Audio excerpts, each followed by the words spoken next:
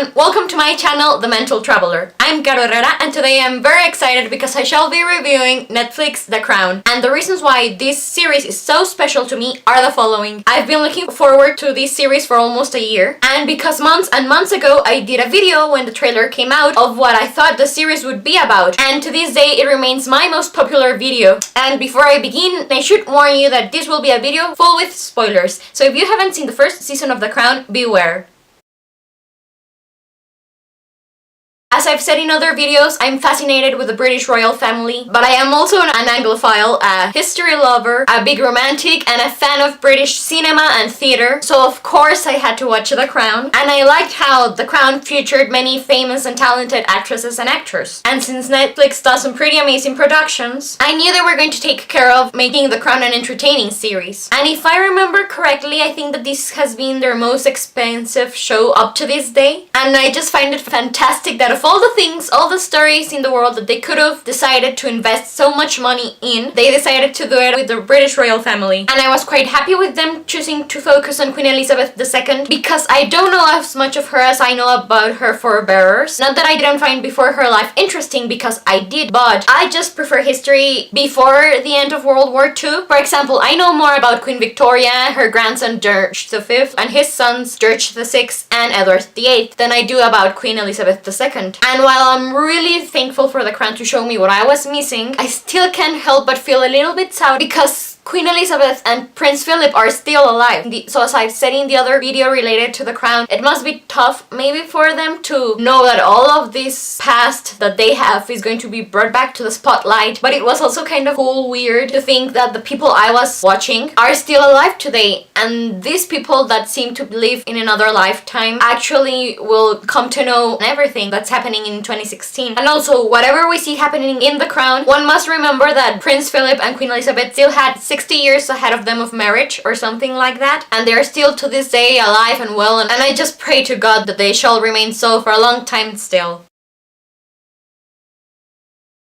First season of The Crown expands many events covering around 10 years, but we also get in the form of flashbacks, scenes regarding Edward VIII's abdication, the upbringing of Princess Elizabeth and Princess Margaret, and then in present time we see Queen Elizabeth's marriage to Prince Philip, how they were as parents, what happened when King George VI died and his daughter became queen. We see what happened to Edward VIII and Wallis Simpson after they had been married for a long time. We see the death of Queen Mary of Teck. We see the animosity that existed between the royal family and Edward VIII and his wife. We see Princess Margaret's forbidden love affair with Peter Townsend, a man who worked for her father. We see the years in which Winston Churchill was Prime Minister for the second time and what the politics of this era were like. We see the remains of British imperialism. We see how Queen Elizabeth's marriage went through sort of a rough patch after she becomes queen. And we see Queen Elizabeth becoming a great monarch with time, preparation, guidance. But I could still relate to her as a woman, as she's trying to be a good wife, a good sister, a good daughter, and a good friend, as she thrives for a knowledge that was denied to her during her upbringing.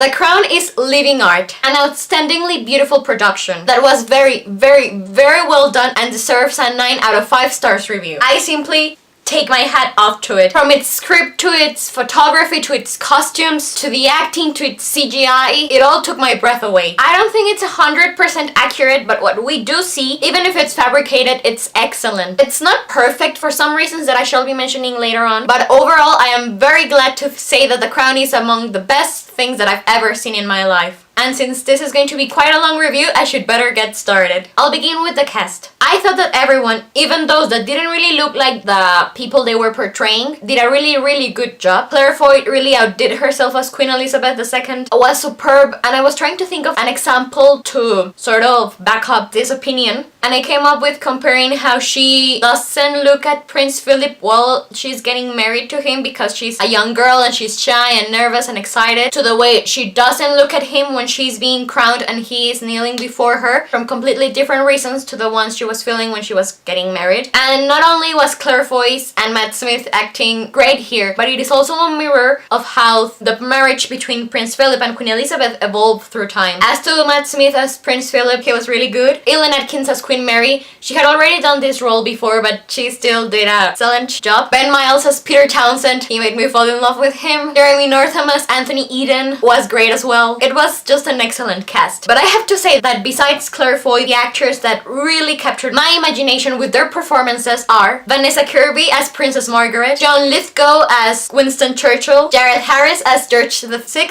and Alex Jennings as Edward VIII. And I'll start with Vanessa Kirby. I had seen her in other stuff before, but it wasn't until I saw her portraying Princess Margaret that she really impressed me. I loved seeing her on screen in all her scenes, but in reality I think that it goes deeper than that. I didn't really know that much of Prince Margaret. I just sort of had this idea that she had been really wild, that she had led a life full of scandals, and that she had died before her mother did. But after seeing The Crown, I now feel so deeply for her, and in part it was due to Kirby's acting, who I must say is apparently friends with the Redgrave family. And since Vanessa Redgrave is, like, along with Vivien Leigh, the most talented actress of all times, I'm so glad that Kirby had this tutor with her growing up. Regarding Princess Margaret, it just fascinated me how this sweet, lively young woman fell in love with a man who was a divorced man, who offered her protection at a time when no one was really paying that much attention to her because she wasn't the heir to the throne. I don't know, and then she had to give him up.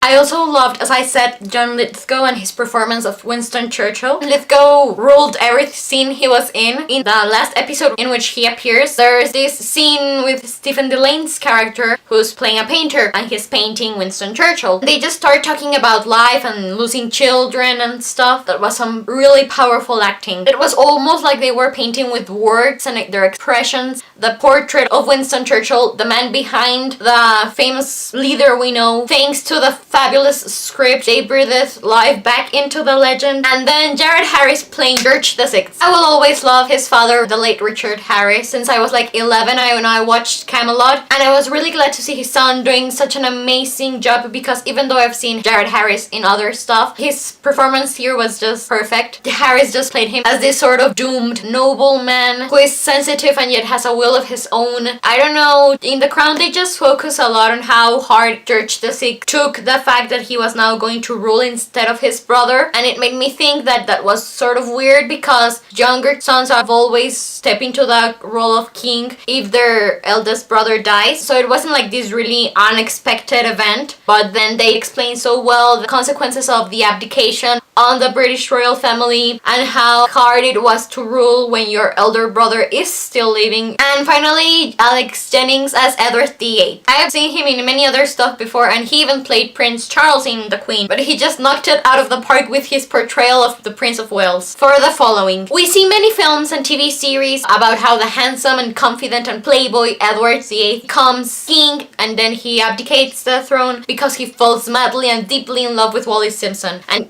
he can't marry a divorced woman, so he has to give up the crown for her. But here we focus on what happens after he's abdicated, how this sort of dashing hero was perceived by many as a coward, and I just thought that the portrayal of this couple was really well done, really accurate. The intimacy between them was how I would imagine it would be, because sure, they were together and they were happy because they were in love and stuff, but still I don't think that they were 100% happy. They never had children. And there was this line in The Crown where Queen Elizabeth is talking to the Prince of Wales about how he has these dogs that are very childlike. So that made me think about how the lack of children affected the marriage between Wallis Simpson and Edward VIII. And we see so much bitterment, resentment between this couple and the British royal family. And now that I am talking about Edward VIII, I should say that I wish they could have expanded a little bit more on his relationship with his mother, Queen Mary of Teck. I've loved Queen Mary ever since I saw Miranda Richardson playing her in The Lost Prince. She's one of my favorite queens. But anyways, I think I had a problem here because we see Queen Mary being really nice to everyone in almost all of her scenes. And sure, maybe she was nice when she was in her final years. But then we get Edward VIII telling Wallis Simpson how he hates his mother because she doesn't approve of Wallis Simpson. And in fact, I think it went deeper than that. Queen Mary and King George V, whom I also love, weren't the best of parents. There was a lot of distance between them and their children. And long before Wallis Simpson came into the scene, Edward VIII had a lot of problems with his parents. It was a little bit unjust to show him disliking his mother only because she didn't approve of Wally Simpson, when in fact there were a lot of other factors on the table. And also, because I am mentioning Edward VIII and Wally Simpson, I would have liked that there's this scene between Winston Churchill and Edward VIII. And Churchill is like, I can't believe that a former king is begging me for help or something like that. And I think that Wallis and Edward were actually accused of being Nazi sympathizers during World War II, and since Churchill helped defeat Hitler, it would have been really cool if Churchill would have sort of mentioned something about that to Edward,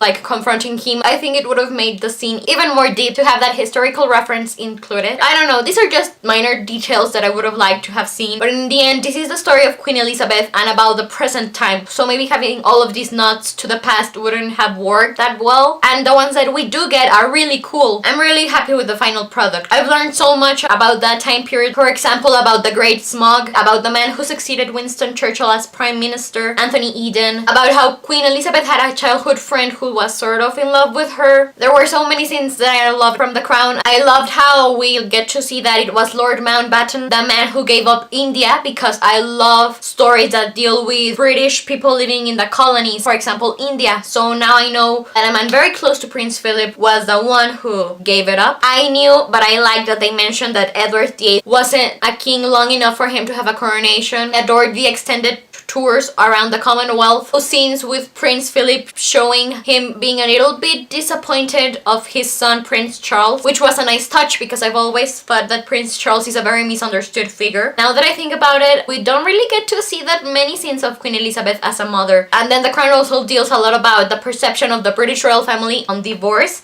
Abdication almost made the monarchy fall apart, and then when Margaret fell for a divorced man, that really shook them. Then yet there's the irony of knowing that Margaret would later be a divorcee herself, and how almost all of Prince Philip's and Queen Elizabeth's children would get a divorce. I don't know, it's really cool to see a show knowing what will come later on, because I love spoilers. So I just love how they managed to come up with a show that's so incredibly well done and doesn't have any sex scenes in it. Everything was managed with so much subtlety and it was perfect. We don't even see Prince Philip actually committing adultery, and yet they managed so well the fact that he wasn't faithful to Queen Elizabeth the way maybe she was with him. And regarding Prince Philip, there were times when I wanted to shake him and be like, well, what else do you expect? You knew that you were marrying a queen, so stop behaving like that. And then that made me think of all the years of preparation Kate Middleton had before marrying Prince William, and how they wanted to avoid making the same mistake that they did with Princess Diana. And regarding Queen Elizabeth, I love that we get this strong female protagonist on the show based on a real life person whom I admire. So this is it for my review of the first season of The Crown. I hope you all enjoyed it, and thankfully I'm not the only person who loves The Crown. It has received great ratings and a lot of excellent reviews, and thus it has been renewed for future seasons. I believe they want to make 6 seasons of The Crown. I hope this show wins every single award it's nominated for, and I wish every actor could win an Oscar for it. I don't know, just please share with me your thoughts on The Crown, on my review of it, on anything you like about the British royal family or dislike, because I would love to talk to everyone about the Windsor family. In the description box below you can find links to the IMDb page of The Crown. I wish you all a wonderful day. Thank you very much for watching this video. I'm Caro Herrera, the Mental Traveler. Take care. I'll be seeing you soon. Goodbye.